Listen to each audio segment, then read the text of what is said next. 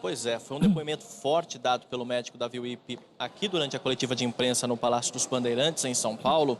Ele que pegou o coronavírus e ficou afastado nas últimas 2 semanas do centro de contingência do coronavírus, que ele chefia desde o início da epidemia e da pandemia aqui em São Paulo. Bom, hoje teve mais uma coletiva de imprensa. O principal anúncio foi a ampliação da quarentena oficial, que agora vai até o próximo dia 22 de abril, de acordo com o governo. Tem dado resultado manter o isolamento social. Inclusive, agora, a polícia poderá agir para dispersar aglomerações aqui no estado de São Paulo, foi o que anunciou o governador. Essa segunda-feira também marca a volta do médico Davi Wipe para o centro de contingência do coronavírus e é com ele que estamos aqui agora ao vivo. Ele já está na sua escuta, Maria, mas antes eu peço para o doutor explicar para a gente como foi esse período de 14 dias afastado aqui das funções, recluso em casa, mas se recuperando de uma doença que, pelas suas palavras, não é fácil, doutor. Primeiro, muito boa tarde. Eu queria fazer um agradecimento ao jornalismo da Globo. Vocês foram extremamente gentis, simpáticos e afetivos comigo. Então, muito obrigado. Isso fez toda a diferença. A doença foi muito difícil. Eu comecei a ter sintomas domingo retrasado e sintomas que nada parecido, que me impossibilitava praticamente ficar em pé. Domingo para segunda eu tive febre, tosse. Na segunda eu fiz o exame que no final da tarde confirmou positivo, uma tomografia normal.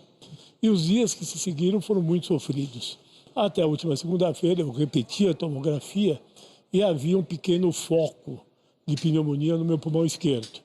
Fui tratado pelas médicas que trabalham comigo, doutora Tânia e Ana Lúcia, e pelo cardiologista Roberto Calil antes de adoecer. Então foram 2 semanas difíceis de sofrimento, perdi 5 quilos, já felizmente ganhei 2, mas é uma experiência que não gostaria que fosse repetida e que ninguém tivesse igual. Doutor Wipe, a gente sabe que o grande problema desse vírus e de uma pandemia é a quantidade que chega de pessoas que chegam ao mesmo tempo nos hospitais, ainda que seja um vírus de baixa letalidade, se é que a gente pode falar assim, né? O OMS calcula em 3,4, mas ninguém sabe ao certo qual é a letalidade. Tem a questão da internação. Pela sua experiência pessoal, não é? Esse tempo de internação e como a pessoa vai ser tratada e de que maneira vai ser tratada faz toda a diferença nesse quadro dramático que temos hoje aqui no Brasil? Eu não tenho a menor dúvida. O meu grupo está com muitos pacientes internados, basicamente no Hospital Sírio-Libanês, e o Sírio-Libanês e outros, Einstein, vários hospitais de São Paulo, estão organizados, as equipes treinadas, protocoladas em grandes estruturas de saúde. Eu não tenho nenhuma dúvida em afirmar que a competência desses hospitais privados e a grande competência dos hospitais públicos de São Paulo estão e farão toda a diferença no tratamento do doente grave. É necessário protocolos. O Estado de São Paulo tem um protocolo feito pelo professor Carlos Carvalho e pela USP, e nós estamos seguindo esse protocolo. Isso faz a diferença dos doentes graves, aqueles que poderão sair vivos ou não. Doutor Wipe, aqui na Figueira é bom revê-lo com saúde nativa novamente. O áudio não está aberto, agora está. Doutor Wipe, não sei se me ouve aqui, André Trigueiro, é bom revê-lo com saúde nativa novamente. Eu queria que o senhor se reportasse agora ao contingente de brasileiros que neste fim de semana e hoje voltaram às ruas, se aglomeraram, malbarataram o risco e ignoraram os alertas, não estão talvez prestando a devida atenção sobre esse tempo extraordinário que todos enfrentamos. O que o senhor poderia dizer para quem ainda não dá a devida importância ao isolamento social, por favor? Olha, é só ouvir o que eu falei. Eu posso garantir que eu tentei diminuir o que eu passei. Muito difícil. Chega uma hora que você fala, e daqui para frente?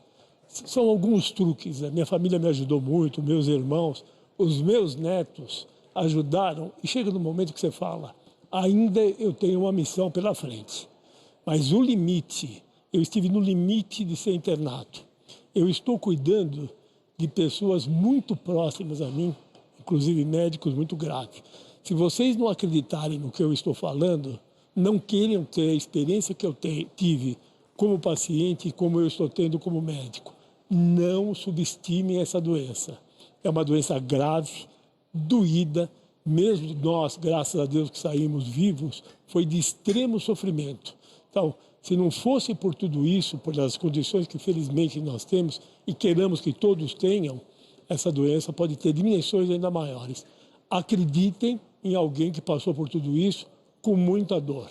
E o senhor, com certeza, contou com nossas orações, viu, doutor Uípe? Porque a gente sabe que o senhor fez falta, né? Eu já conversava com o senhor, né, há cerca de 20 dias atrás, que o senhor já estava até cansado daquele extremo trabalho, ainda veio o coronavírus, a gente sabe que isso é terrível. Mas, por falar em números terríveis, se me permite, a gente tem uma realidade muito dramática pela frente, não é? Foi feita a previsão durante essa entrevista coletiva por parte do diretor do Instituto Butantan, que até 13 de abril, 1.300 pessoas devem morrer no estado de São Paulo. Isso com o isolamento social, isso com essas medidas. Se não fosse assim, a previsão seria de 5.000 mortes. Para os próximos 180 dias, a previsão que foi apresentada na entrevista coletiva é que 111.000 pessoas devem morrer no estado de São Paulo. 111.000 pessoas devem morrer no estado de São Paulo nos próximos 180 dias. Se não houvesse o isolamento, poderia ser 277.000 mortes. Mas como sabemos que faz toda a diferença a questão das UTIs equipadas, e também foi anunciado nessa coletiva que há 1.372 leitos já à espera desses equipamentos, que tem que ter o equipamento, para virar um pouco esse jogo e essa previsão, o que a gente pode esperar da chegada de respiradores, né? A gente sabe que principalmente é só a China que vende, está tendo essa dificuldade de chegar aqui. O que a gente pode esperar? Desculpa a pergunta muito longa, que eu estou organizando meus pensamentos enquanto conversamos. O que a gente pode esperar nessa questão dos equipamentos para ajudar a manter as pessoas vivas durante as internações e os casos mais graves? Você tem toda a razão. Eu vejo nisso tudo dois limites. Um é o respirador, e outra, equipes de saúde treinadas. Por isso que é importantíssimo você achatar a curva, primeiro dos profissionais da área de saúde como eu, que estamos de volta. A primeira leva que se infectou está ultrapassando a quarentena e está voltando para a linha de frente. Eu falei para o governador hoje que eu vou dividir meu tempo em assessorá-lo e voltar a atender doentes, porque agora eu sou um ativo, como tantos outros, importantes. Respirador é uma coisa difícil. Eu vejo projetos em várias universidades que precisam de tempo para ser desenvolvidos. E tem que comprar todo o respirador que for possível.